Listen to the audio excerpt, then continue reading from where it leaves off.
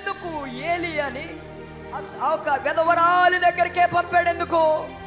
దేశంలో ఎంతమంది లేరు, పూజించడానికి ఎంతమంది లేరు?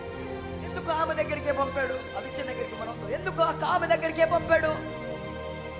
తెలియని ఆసక్తి ఆమెలో ఉందను, చెప్పగానే వినే ఆసక్తి ఆమెలో ఉందనుకుంటా.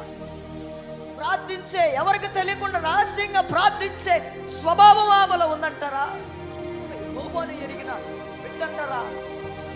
దేశంలో అంతమంది ఉండగా ఆమె దగ్గరికే దేవుడు ఎందుకు పంపాడు ఆయన్ని? ప్రశ్న ఒక రోజు నుండి కదిలించి, ఎందుకు అంతమంది ఉండగా విధవరాల్ని దేవుడు కోరుకున్నాడు? ధనవంతులు ఉన్నారే, సమృద్ధి కలిగిన వారు ఉన్నారే, సంవత్సరము పాటు తిన్నా తరగని ఆస్తి కలిగిన వారు ఉన్నారు. ఏలియాని దేవుడు పిలిచి విధవరాలు దగ్గరికి ఎందుకు పంపాడు? పొలలు ఏరుకుంటుందామె.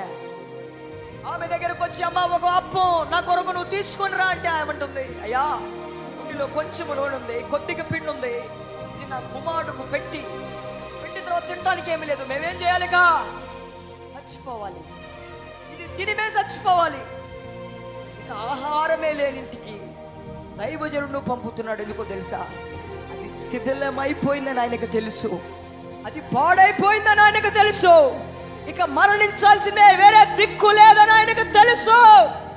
అందుకే ఏలియాని దేవుడు పిలిచి పంపాడండి, తిరిగి కట్టడానికి.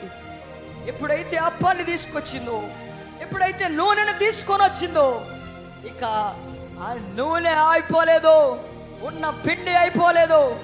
కరువు కాలమంతా ఆయన సెలవిచ్చిన మాట ద్వారా బతికేరాలు. చప్పలు కొడదాం బిగ్గరగా, కొట్టాలి బిగ్గరగా. ఇక మరణమే దిక్కనుకున్న ఆమెని దేవుడు తన దైవజనుడు పంపి పోషించాడు. ప్రియమైన దేవుడు బిడ్డ, ఆయనకి అసాధ్యమైనదే లేదు. మన దేవుడు అసమానుడు.